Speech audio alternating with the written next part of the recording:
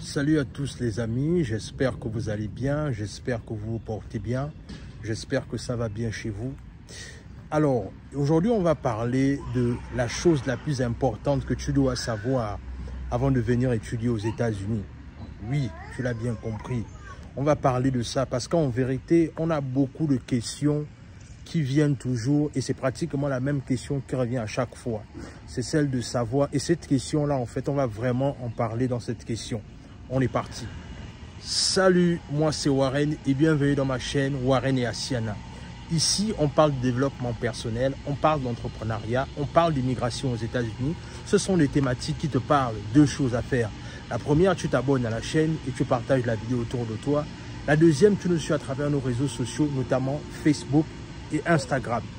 Et pour toutes les personnes qui veulent venir étudier aux États-Unis, n'oubliez pas, on a monté une entreprise qui s'appelle Nexus Consulting LLC. Je vous laisse regarder la vidéo qui suit.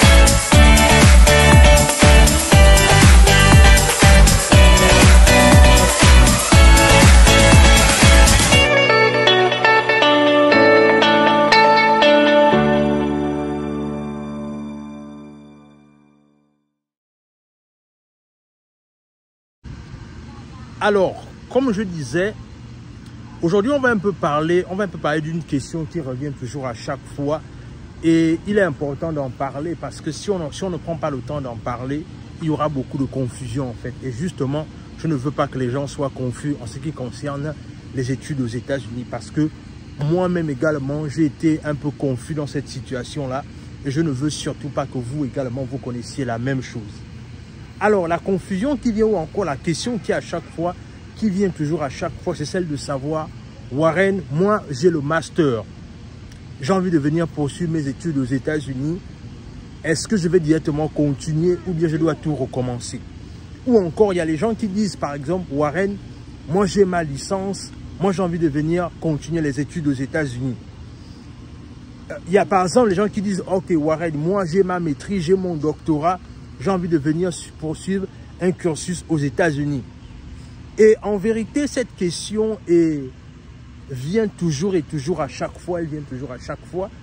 Et je donne pratiquement toujours la même réponse. Mais apparemment, les gens, comme on dit, la répétition, c'est la mère de toutes les sciences. Voilà pourquoi il faut davantage répéter. Alors, je vais vous dire une chose très importante que vous devez retenir. Parce qu'en vérité, il est vraiment question de ça. S'il faut que vous puissiez comprendre pourquoi est-ce que les choses sont différentes aux États-Unis. Alors, premièrement, il y a une chose que vous devez savoir, c'est que les États-Unis, le système éducatif américain n'a rien à voir avec le système francophone. Ça, c'est la première chose. Ça n'a totalement rien à voir avec les mêmes. Parce qu'en vérité, les gens pensent que si que tu viens, c'est que tu vas seulement convertir tes diplômes et tu vas poursuivre ton cursus d'académie. Non, non, non, non, non, c'est pas comme ça. En vérité, le système anglophone est totalement différent du système francophone. Et j'ai même envie d'aller encore, de pousser encore la réflexion plus loin en disant que Peut-être même, quelque part, même les Américains, eux, ils n'ont même pas confiance au système francophone, en fait. Donc, c'est la raison pour laquelle, la plupart du temps, ce qu'eux, ils font, c'est que ce qu'ils décident, c'est quoi? Ils disent, par exemple, OK, tu as peut-être fait, je ne sais pas, le doctorat en France, peu importe là où on parle le français, et tu viens dans le système francophone, anglophone maintenant. Ce qu'ils vont te demander de faire d'abord pour commencer, c'est qu'ils vont d'abord te demander de faire l'année de langue. Ça, c'est la première chose. Ils vont d'abord te dire, parce que tu ne parles pas l'anglais. Tu ne parles pas l'anglais. Donc, ils vont te dire, en fait, la première chose que tu dois faire, c'est que tu dois d'abord faire l'année de langue.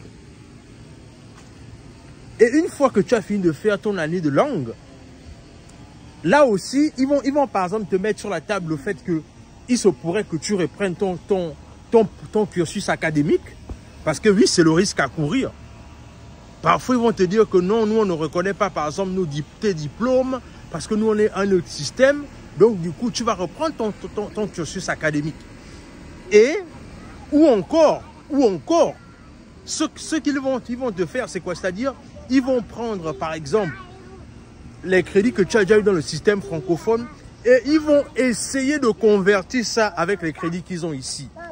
Mais la vérité, c'est que la triste réalité, c'est que ce n'est pas toujours le cas parce que ça ne se passe pas toujours comme prévu. Ça ne se passe pas toujours comme prévu. Et comme ça ne se passe pas toujours comme prévu, voilà pourquoi je dis aux gens que mieux vaut déjà venir en étant préparé sur le fait que peut-être que les choses ne vont pas se passer comme prévu pour toi. Est-ce que tu es prêt à recommencer ton cursus académique? C'est-à-dire après la langue. Voilà pourquoi je demande même aux gens, c'est que, en fait, en vérité, quand tu as la chance de venir maintenant étudier aux États-Unis, tu dois maintenant te dire que, OK, si je viens pour étudier aux États-Unis et qu'on me demande de recommencer, en fait, à la base, ce que je dois faire, c'est que je dois même pivoter avec une autre formation, en fait. Parce que je suis là dans le pays de toutes les possibilités. Ça veut donc dire que je ne dois plus me considérer comme étant celui qui disait « Oh non, je viens ici avec une licence en droit ou bien je viens ici avec une licence en informatique. » Les Américains ne regardent pas ça. Eux, ils veulent d'abord une chose, c'est que après ton cursus linguistique, maintenant, c'est après qu'ils vont parler de ton cursus académique. Mais en vérité, on a cette question-là qui vient toujours à chaque fois. « Oh non, moi j'ai mon master, est-ce que je peux venir continuer ?» Non, il n'y a rien à continuer ici. Parce qu'en vérité, même quand je vous dis que vous pouvez convertir vos diplômes, en fait, la probabilité que beaucoup de gens font ça, c'est rare. Parce que ça coûte cher. Ça existe, mais ça coûte cher. Ça coûte excessivement cher. Ce n'est pas tout le monde qui a les moyens de pouvoir aller dans ces structures-là pour convertir leur diplôme, en fait, qu'ils ont eu en Afrique ou bien dans le système francophone. Donc, pour éviter d'avoir une frustration inutile et de se dire que voilà, je suis énervé, comment se fait-il que voilà, j'ai appris, mais on ne me donne pas l'équivalent de mes diplômes. Non, non, non. Encore une fois, ayez à l'esprit que quand vous venez dans un système comme celui des Américains, ayez à l'esprit de prendre le risque du fait que peut-être que je vais tout recommencer. Ou encore, peut-être que je ne vais pas tout recommencer, mais au moins, il se pourrait que je prenne une autre filière que ce que je faisais au pays. Parce que c'est une question qui revient toujours à chaque fois. Toujours à chaque fois. Elle revient toujours à chaque fois. Toujours à chaque fois. Est-ce que je vais, est-ce que, non, non, non, non. Vous ne pouvez pas continuer parce que c'est deux systèmes complètement différents et diamétralement opposés. Donc, les amis, je voulais vraiment répondre à cette question-là parce que c'est une question qui, à la base même, tellement, elle est tellement redondante qu'elle fatigue, en fait. Donc, arrêtez de penser que parce que vous avez une licence, que vous pensez que, genre, j'ai une licence en je ne sais pas quoi, je vais venir aux États-Unis et puis je vais directement continuer. Non, non, c'est pas comme ça que ça se passe. Il faut arrêter de vouloir mélanger les choses. C'est deux systèmes complètement différents. Moi, je suis venu avec une licence en ressources humaines. Mais quand je suis arrivé ici, j'ai fait autre chose qui n'avait rien à voir avec les ressources humaines. Parce que moi, j'étais déjà préparé sur le fait que j'ai envie de venir aux États-Unis d'abord pour avoir une meilleure éducation, pour apprendre quelque chose de nouveau. Donc, je suis prêt à recommencer. Donc, il ne faut pas partir. Si dans tous les cas, tu sais que toi, tu n'as pas envie de recommencer et que tu estimes que toi, tu veux garder tes diplômes que tu as eu dans le domaine francophone, ne viens même pas aux États-Unis. Ça, il faut vraiment que les gens sachent ça. Ne viens pas aux États-Unis. Peut-être pour toi, tu vas estimer que tu as perdu ton temps et que c'est pas normal en fait. Donc, ne viens même pas. C'est même pas la peine de venir. Mais si tu es quelqu'un qui est ouvert d'esprit et que tu estimes que toi, tu veux t'ouvrir à une autre forme de formation et que toi, tu mets l'accent sur la qualité de ta formation, bien évidemment, les États-Unis sont une destination pour toi, en fait. Mais il faut avoir à l'esprit le fait que je peux tout recommencer. Il se pourrait que je reprenne tout, en fait, après mon année de langue. Donc, dites-moi si j'ai répondu à cette question-là. Et si vous avez d'autres questions, priez simplement de les mettre en commentaire afin que je vais répondre progressivement en vidéo en fait. Donc, dis-moi si vous avez d'autres questions et surtout, n'hésitez pas les amis. Inscrivez-vous. Il y a beaucoup d'opportunités dans les universités américaines. Il y a beaucoup de formations, c'est-à-dire toutes les formations que vous voulez sont disponibles dans les universités américaines.